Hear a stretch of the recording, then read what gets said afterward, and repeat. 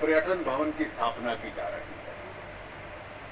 कुछ समय लगेगा इसका निर्माण होने में और एक बहुत modern state of the art tourism building या टूरिज्म का हेडक्वार्टर इस देश में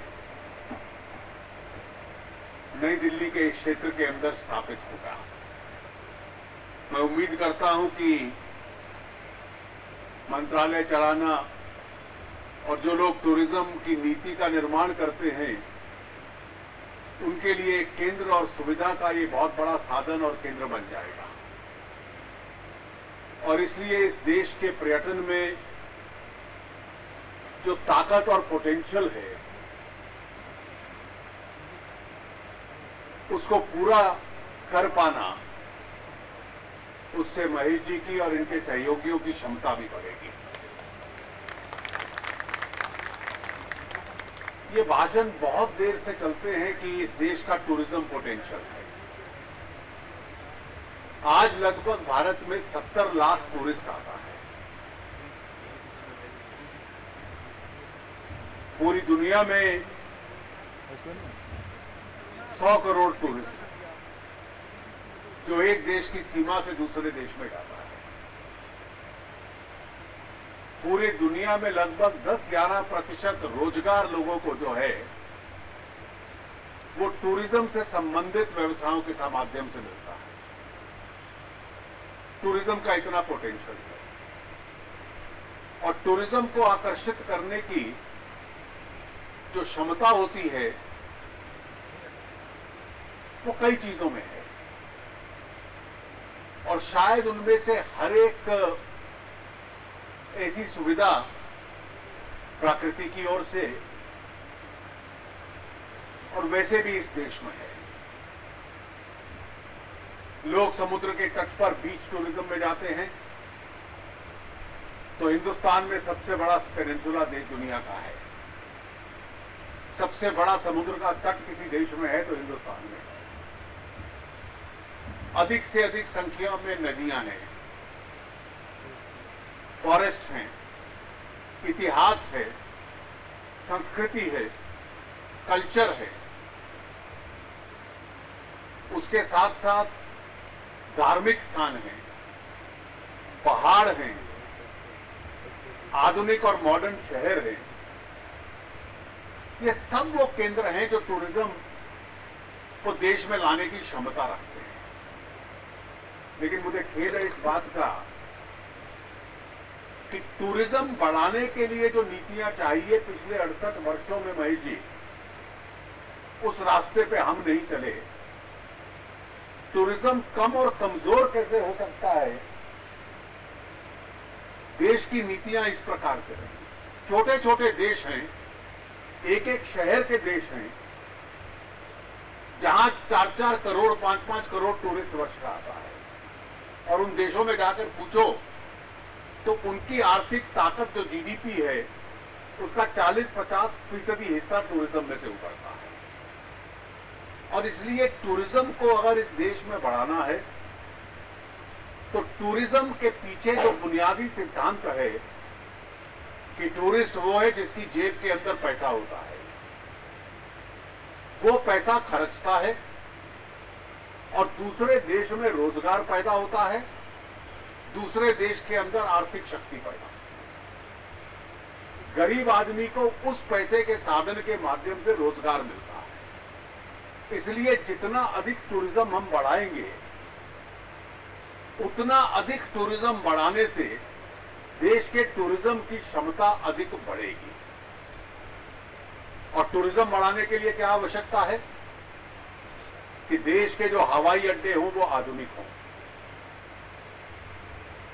हमने एक नीति बना ली थी कि हवाई अड्डे केवल सरकार चलाएगी। सरकार के पास साधन नहीं है तो इसलिए पुराने प्रकार के चलेंगे।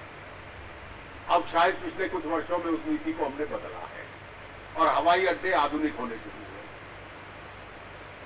देश के अंदर अधिक से अधिक फ्लाइट्स आए ताकि जहाज के माध्यम से टूरिस्ट आ पाए। डायरेक्ट कनेक्टिविटी कम हो। हमारी एविएशन नीति लगभग इस प्रकार से चलती है।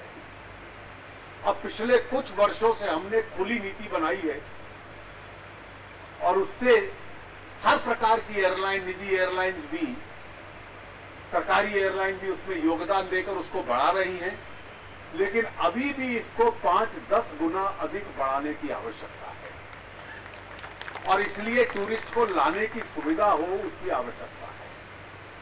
दुनिया भर में समुद्री जहाजों के माध्यम से, क्रूज के माध्यम से टूरिस्ट आता है। सबसे बड़ा समुद्री तट इस हिंदुस्तान का है, लेकिन वो उद्योग हमसे लगभग अछूता है। वो कैसे आए टूरिज्म में, इसके लिए प्रयास करना है। देश के अंदर ऐतिहासिक स्थान हो, मॉन्यूमेंट्स हो, उन मॉन्यूमेंट्स को ठीक प्रकार से बनाया जाए, वहां अच्छी सुविधा हो और वहां पहुंचना सरल हो, इसका पूरा प्रयास करना।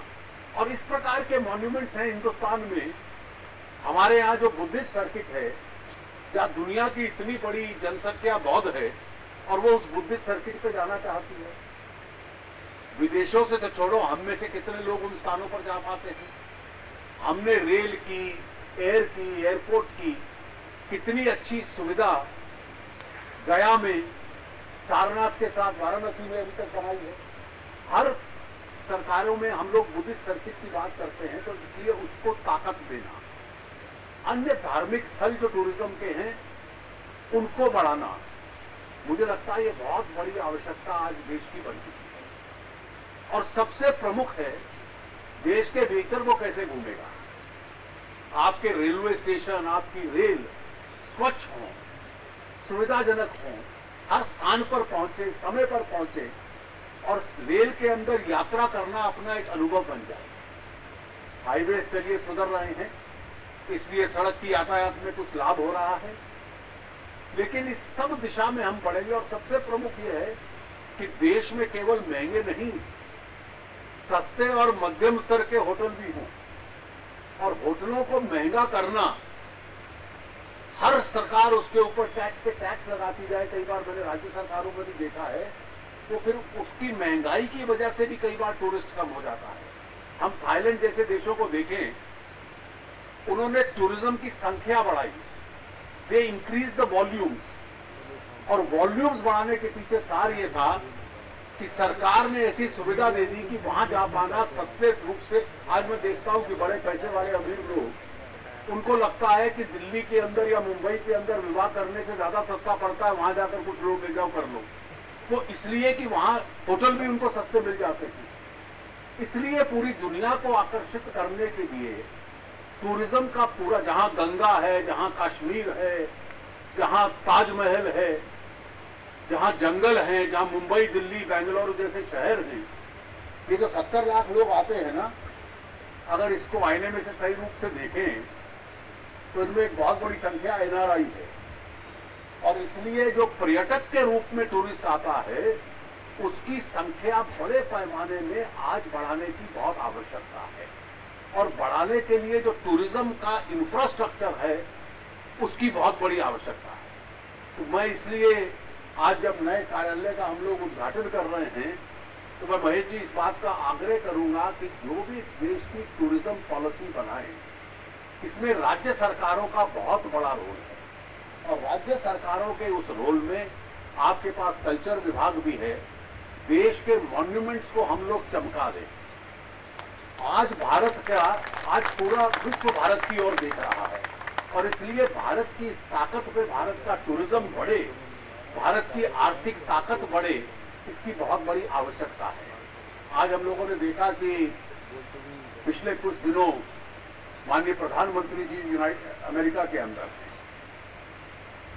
अमेरिका में उनकी इस यात्रा से और देश में अन्य स्थानों पर भी जब वो जाते हैं, तो जैसे मोदी जी एक नया इतिहास हिंदुस्तान के लिए लिख रहे हैं, ऐसी कल्पना पूरे विश्व के अंदर भारत के बारे में आ जा रही है। कभी हमने ऐसा कल्पना इतिहास में नहीं सुनी थी पिछले 68 वर्षों में कि भारत का कोई नेता बाहर जाए तो बड़े से बड़े स्टेडियम भर जाएं उनको सुनने के लिए, और लोग बाहर खड़े रहें। पहले भी हम लोग जाते थे, एनआरआईज की और भारतीय मूल के लोगों की, विदेशियों के कार्यक्रम करते थे, लेकिन भारत का ये स्वरूप आज तक इतिहास में देखने को नहीं मिला, जो पहली बार देखने को मिला। दुनिया के बड़े से बड़े देश भारत की ओर इस प्रकार से देख रहे हैं। भारत की आर्थिक ताकत बढ़ रही है। भारत में प्रकृति ने हमें सब कुछ वो दिया है जिससे टूरिज्म बढ़ सकता है। हम अपनी टूरिज्म नीति के माध्यम से और इस नीति को सख्ती से लागू करें ताकि ये जो 70 लाख की संख्या है, इसको बड़ा टारगेट, कम से कम 7 करोड़ का टारगेट तो आप बनाएं ताकि अगले 10 वर्षों में उस दिशा में हम लोग पहुंच पाए कि बल्क टूरिस्ट जिन देशों से आता है वहां आपके टूरिज्म ऑफिसेज हों, भारत के अंदर सुविधा हो, भारत को लो कॉस्ट टूरिज्म, कम दाम से टूरिस्ट आए, उसके लिए जो जो सुविधा चाहिए और जो जो स्थान और सुविधा चमक की चाहिए उस दिशा में हम लोग लेकर जाएंगे। मुझे लगता है जिस चमक वाला ये कार्यालय बनेगा, आप नीति को भी उसी प्रकार की चमक देंगे और भारत की सही ताकत टूरिज्म के क्षेत्र में उभारने का प्रयास करेंगे। आपको बहुत बहुत शुभकामनाएं और बहुत बहुत